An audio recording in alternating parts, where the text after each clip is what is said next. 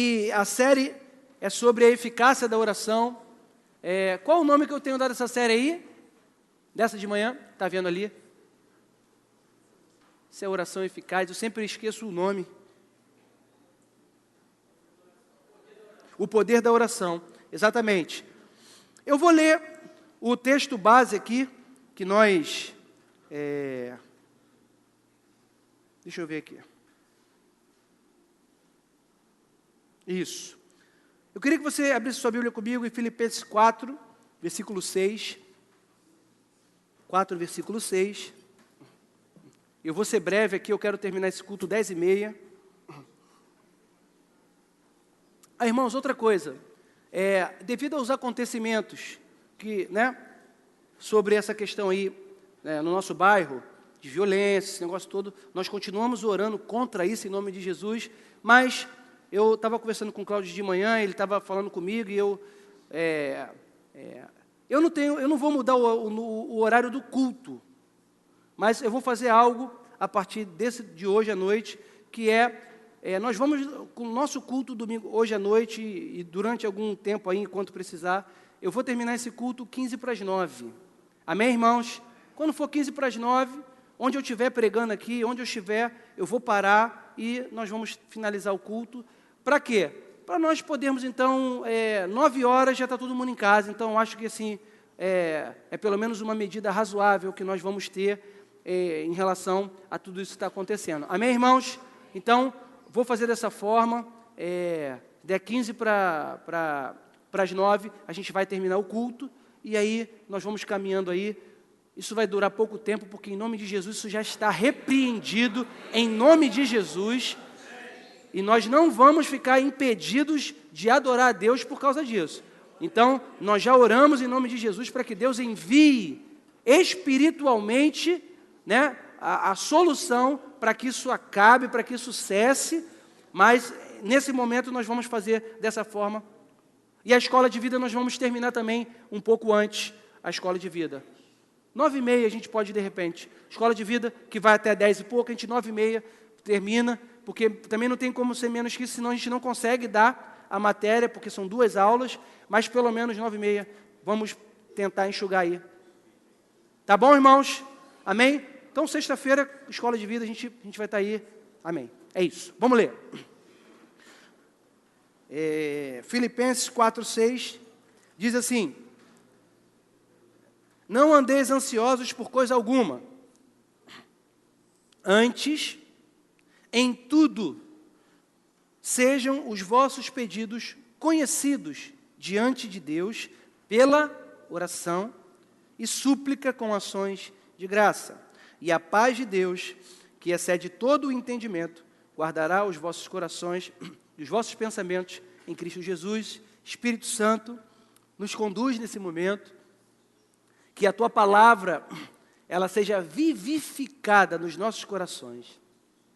Que a letra, ela venha ser, ó Pai, revelada no nosso coração através do Teu Espírito, não através da nossa intelectualidade, não através do nosso conhecimento ou da nossa capacidade de interpretação, mas que, pelo próprio Espírito, nós possamos ser convencidos e possamos ser, ó Pai, esclarecidos a respeito dessas verdades que estão escritas, e que isso venha causar um impacto no meu coração, que isso venha causar um impacto no coração do meu irmão, que isso venha arder no nosso coração, e que nós possamos gravar isso no nosso espírito, e praticar, e crer, e descansar em Ti, em nome de Jesus. Amém. Eu falei sobre não andeis ansiosos, e acaba que a gente lê aqui também, já na carta do apóstolo Paulo aos Filipenses, e ele vai falando, olha, antes sejam conhecidos diante de Deus todos os seus pedidos. Ou seja, a própria palavra de Deus, ela nos impulsiona, porque nós estamos falando sobre o poder da oração. E eu falei aqui no começo dessa série, que nós precisamos aprender com a palavra como nós oramos. Nós precisamos aprender através da palavra de Deus, como que eu procedo em oração. Porque, irmãos, a oração, ela tem que ter uma eficácia. Eu oro e eu tenho que ter uma resposta, obviamente, porque é assim que a Bíblia diz, que quando nós oramos, Deus o quê? Responde. Mas por que muitas vezes parece que nós estamos orando, e parece também que Deus não responde? É porque muitas vezes nós não entendemos o princípio da oração, nós não entendemos como que nós devemos orar, e por isso nós não recebemos os pedidos que nós temos feito. E a própria palavra de Deus já falou e fala sobre isso. Você já leu esse versículo? Quem já leu? Pedis e não recebeis, porque pedis, ponto. Isso. Então, irmãos, de acordo com a palavra de Deus, existe uma forma certa de pedir. E é isso que nós estamos ensinando. Existe uma forma certa de você, de nós, colocarmos diante de Deus as nossas petições.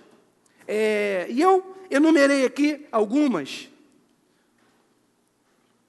Foram 7, e eu vou repetir aqui, de repente você está aqui e você não esteve na primeira, eu vou só relembrar para você ficar dentro do contexto aqui, que diz, primeiro, decida o que você quer e fundamente o seu pedido na palavra. Isso é um ponto. Você tem que definir muito bem claro o que você quer. Qual é o seu objetivo? O que você quer? Eu quero que Deus salve o meu filho. É um objetivo ou não é, irmão? É um objetivo.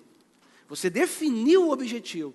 E aí, quando você vai para a oração, você não pode falar, Senhor, Tu sabes de tudo que eu preciso, Tu sabes de todas as minhas necessidades. Senhor, então está nas Tuas mãos as minhas necessidades. Amém. Deus sabe. E Deus também pode Deus é soberano.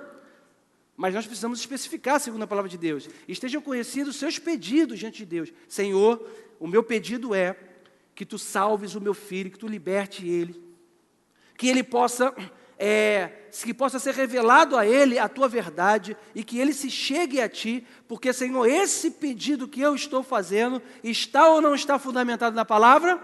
Está. Creia no Senhor Jesus e será salvo tu e a tua casa. Opa, encontrei um fundamento para o meu pedido. Senhor, baseado no que está escrito, eu te peço então que o meu filho seja salvo, porque a tua palavra diz, eu creio em ti, então eu creio que a minha casa também será salvo e o meu filho faz parte da minha casa. Amém? Irmãos, eu tive pensando um pouco sobre essa questão de família, e a questão é a seguinte, a nossa família, nós consideramos a nossa parentela, a nossa família, né? Pai, mãe, sogra e tal, mas a nossa família, essa é tu e tua casa.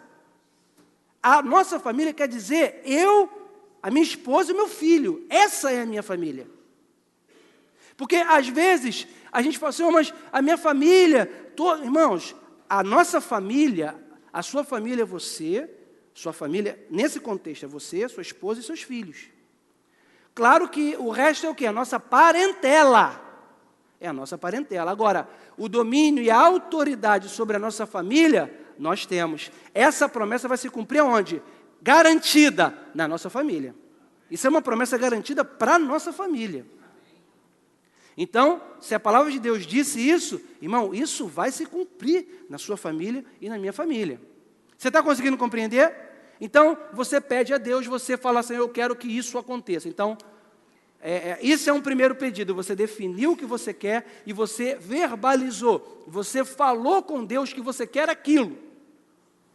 Qual é o fundamento para eu falar isso para você? O fundamento é quando aquele cego, eu falei na semana passada, chega para Jesus, e Jesus, quando vê o cego, ele faz uma pergunta para ele, o que queres que eu te faça?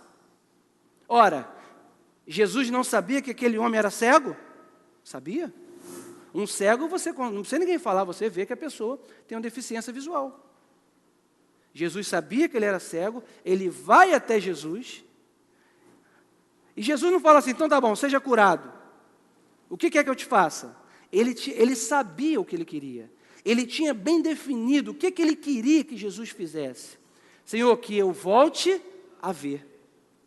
Seja feito conforme a tua fé. E ele volta a ver. Por quê? Nós precisamos especificar, né, o nosso pedido. 2, peça aquilo que você deseja. Ah, pastor, eu não tenho nem coragem de pedir isso a Deus, que eu acho que peça a Deus. O que você quer? Eu já falei isso aqui. Na minha juventude, ou seja, então não posso falar da minha juventude, a juventude ainda continua. Algum tempo atrás, pouco tempo, é pouco mesmo, irmão, tá rindo por quê? Isso, que aqui, ó, tá vendo isso aqui? Eu raspo. Eu não ia falar isso para vocês. Eu gosto de pintar o cabelo de branco, que eu acho legal, o cara ter o cabelo branco assim. E gosto de dar uma raspada aqui também, que eu acho que é estilo, entendeu? Mas entendeu? Então, há pouco tempo atrás, e eu ainda não tinha definido, assim, totalmente definido a minha vida profissional, mas quando jovem, isso eu pedi a Deus, eu lembro de um pedido que eu fiz a Deus, e o meu pedido foi: Senhor, eu quero um emprego, eu quero um trabalho que eu possa ganhar dinheiro, porque eu sempre quis ganhar dinheiro trabalhando. Quem quer ganhar dinheiro trabalhando aí? Todo mundo quer, não é verdade? Quem não quer, dá para mim, pode me dar, eu quero. É ou não é? Mas, Senhor, que o meu trabalho, ele nunca me atrapalhe de te servir ou de fazer a obra de Deus. Por quê? Porque eu nunca quis, irmãos, isso na minha vida com Deus, eu nunca permiti que o meu trabalho me afastasse da casa de Deus. Ah, pastor, por que o irmão não veio? Não, pastor, trabalhando muito aí. Amém, trabalhar é uma bênção. Mas quando o teu trabalho, irmãos, ele te tira da casa de Deus, ele te tira da obra de Deus, essa bênção pode se tornar algo não muito bom na sua vida. Porque o afastamento da casa de Deus, irmãos, gera em nós uma queda na fé. Porque você ouve menos, você está em menos contato, quanto menos você ouve, quanto menos você está em comunhão, a sua fé vai o quê? Então, eu lembro que eu fiz esse pedido a Deus, e hoje, 10, quantos anos depois? Hoje, 15 anos depois, eu posso dar esse testemunho para os irmãos de que Deus me deu um trabalho onde eu ganho dinheiro e eu tenho tempo para a obra de Deus. Ah, pastor, não sei como isso pode acontecer, irmão. Isso já não cabe mais a você nem a mim. Como Deus vai fazer? Mas Ele vai fazer. Por quê? Esse pedido está fundamentado ou não na palavra de Deus? Está fundamentado. Buscai, pois, o reino de Deus em primeiro, e todas as coisas vos serão. Pedido fundamentado na palavra de Deus. Pode ter certeza, vai ter resposta. É por isso que nós estamos falando sobre oração, porque, irmãos, a oração, ela é respondida. A nossa oração é respondida por Deus sempre. Sempre. Ah, pastor, que é sempre respondida. Se é uma oração segundo a palavra de Deus, vai ter resposta. 3. Pense biblicamente.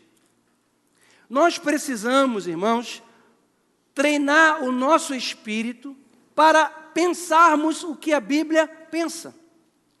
Nós não estamos acostumados, nós não fomos treinados a viver o nosso dia a dia pensando o que a palavra pensa.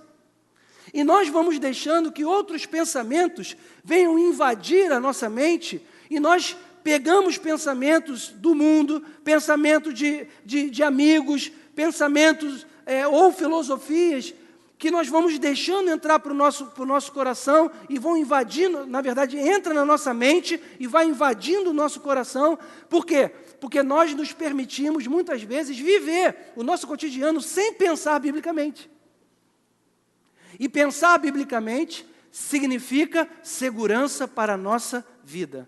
Quando eu penso biblicamente, isso vai me dar segurança. Por quê? Porque cada atitude minha do dia a dia vai estar regada do pensamento de Deus. E aí eu vou agir como Jesus agiu, eu vou fazer como Ele quer que eu faça, e eu vou responder àquela situação como a Bíblia diz. E na oração não pode ser diferente, eu tenho que pensar o que Deus disse. Então, eu vou para a palavra de Deus, e eu olho para a minha vida, olho para a situação que eu estou vivendo. E quando você estiver passando um tempo difícil, alguma situação que você não consegue resolver, nós precisamos treinar o nosso espírito para nos voltarmos para a palavra. E nós temos que ir à palavra e começar a garimpar, começar a procurar O que a palavra diz a respeito dessa situação na minha vida? Então, irmãos, a palavra de Deus tem resposta. Nós precisamos procurar, né? Para essas questões do cotidiano, eu indico muito, irmãos, a lerem Provérbios, porque o livro de Provérbios fala muito sobre cotidiano e fala muito sobre o que fazer em situações tão pequenas da nossa vida. Quer ver uma situação de Provérbios que, se nós atentarmos, nós vamos praticar? Fala sobre o quê? Sobre língua. Fala sobre que o teu pé não fique muito tempo na casa do teu vizinho, porque pode ser que ele enjoe de ti. E aí, pastor, bobeira. Todo dia eu estou lá na casa, aí chega, é a casa da irmã, é a casa do filho, é a casa da sogra, sei lá. É o amigo que todo dia chega lá, né? A irmã tem uma amiga, amém, é ótimo ter amigo. Mas todo dia, aí acabou, o homem chegou do trabalho, está cansado, quer sentar, quer jantar, quer bater um papo com a esposa, aí das 7h30 da manhã, a amiga toca na casa. Vim aqui para jantar. Um dia tudo bem, né, irmão? Amém, janta aí, beleza. Trouxe hoje, sei lá, uma coxinha de frango aí assada, amém, come junto. Dá 2 dias, 7h30, daqui a pouco, irmão, em 30 dias, em 15 dias, a pessoa está lá nesse horário. O que vai causar naquela pessoa? Uma pequena indignação. Que pessoa?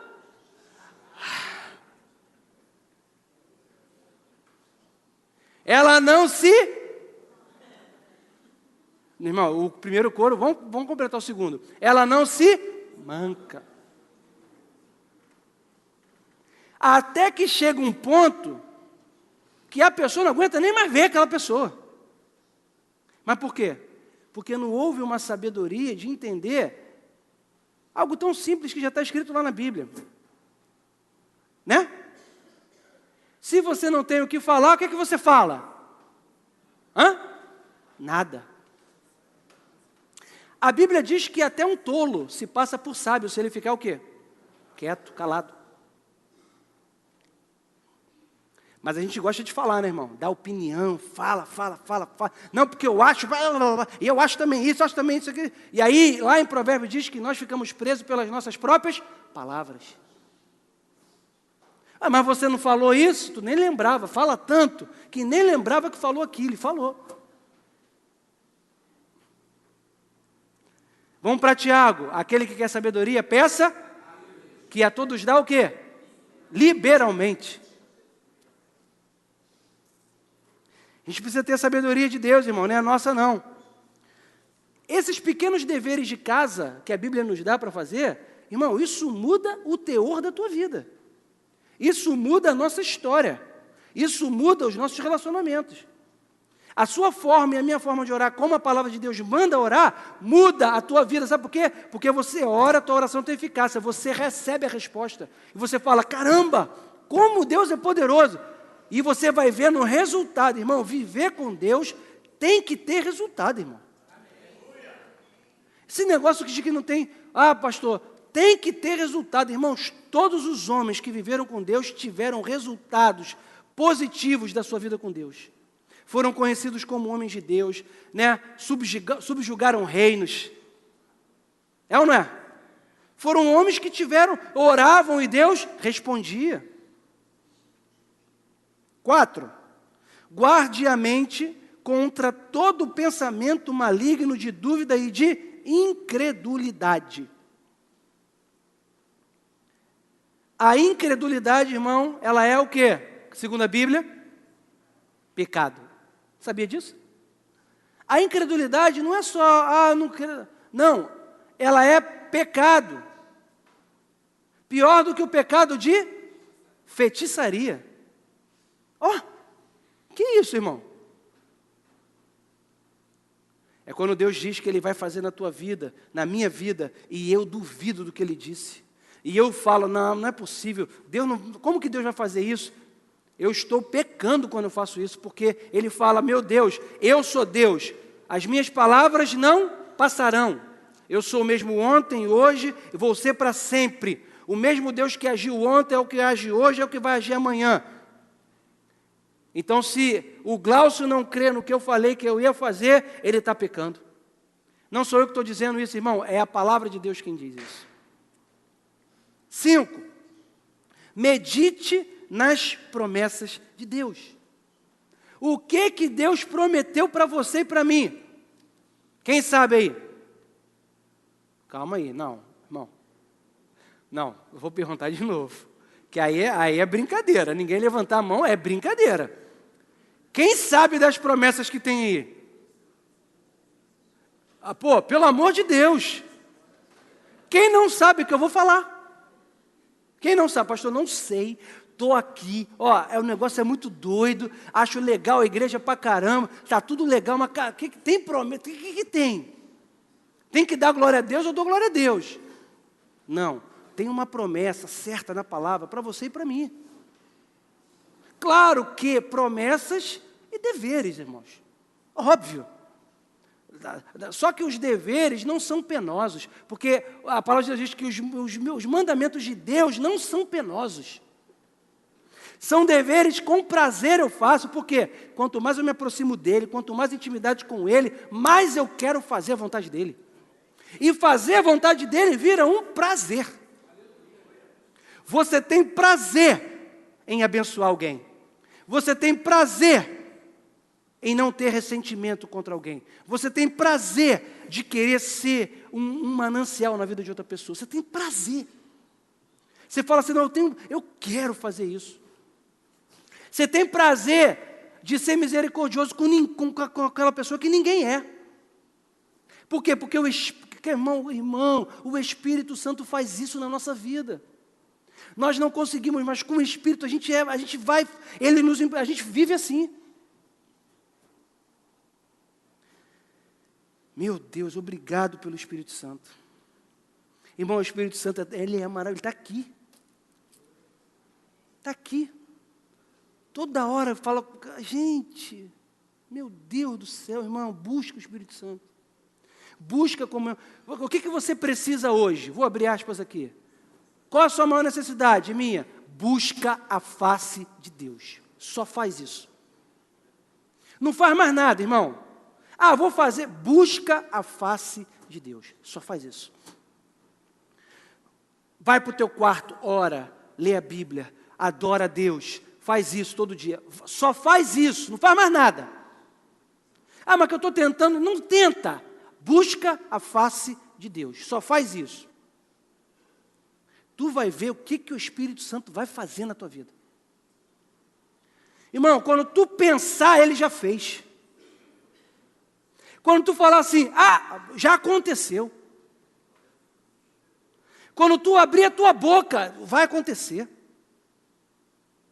Porque tu vai ficar pensando tão igual a ele, tão igual a ele. E ele, irmão, é legal que ele vai te conduzindo na rua, no dia, aqui, vai te conduzindo. Ele vai falando assim para você aí, cara, isso aí, ó, tá vendo? Hoje, espera que hoje vai acontecer um negócio. Ele falou contigo. Hoje é o dia.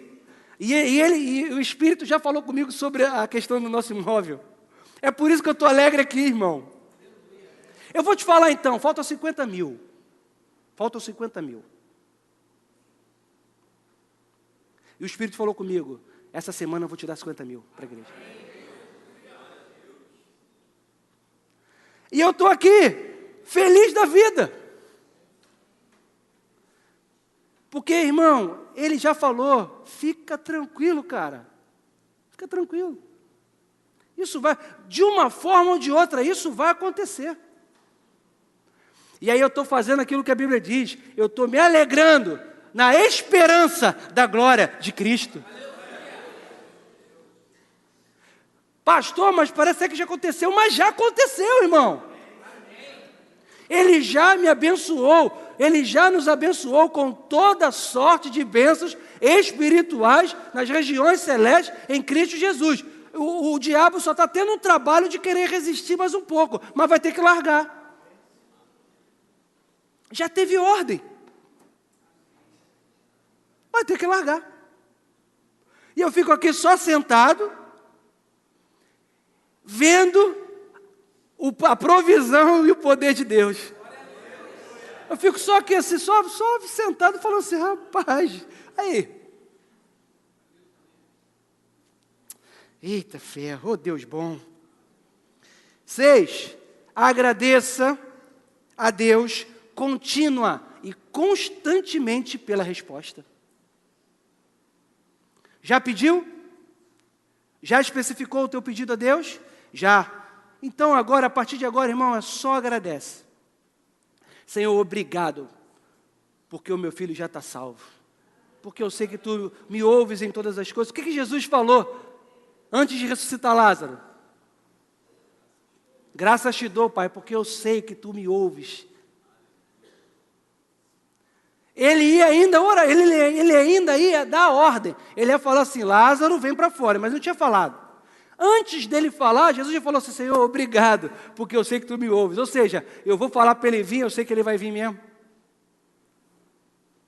Então, o outro passo, agradeça a Deus pela resposta. E 7, faça das suas orações uma declaração de fé. Amém? Eu só relembrei o que eu falei na semana passada. Eu não entrei em nenhuma dessas aqui detalhadamente. Vou fazer isso a partir da próxima semana, porque eu vou terminar 10h30 e palavra dada, palavra cumprida. Amém, irmãos? Vamos ficar de pé. Senhor, obrigado por essa manhã, obrigado por esses ensinamentos, obrigado porque saímos daqui renovados e saímos daqui prontos também para colocar em prática o que nós estamos aprendendo contigo.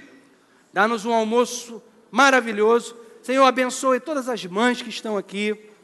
Nós te agradecemos pela vida de cada mãe, que tu possas dar sabedoria, que tu possas dar força, graça, e que o desejo do coração delas possa se cumprir em ti. Em nome de Jesus. Amém e amém. Tenha um bom almoço aí, do Dia das Mães, e todas as mães, feliz Dia das Mães. Deus te abençoe.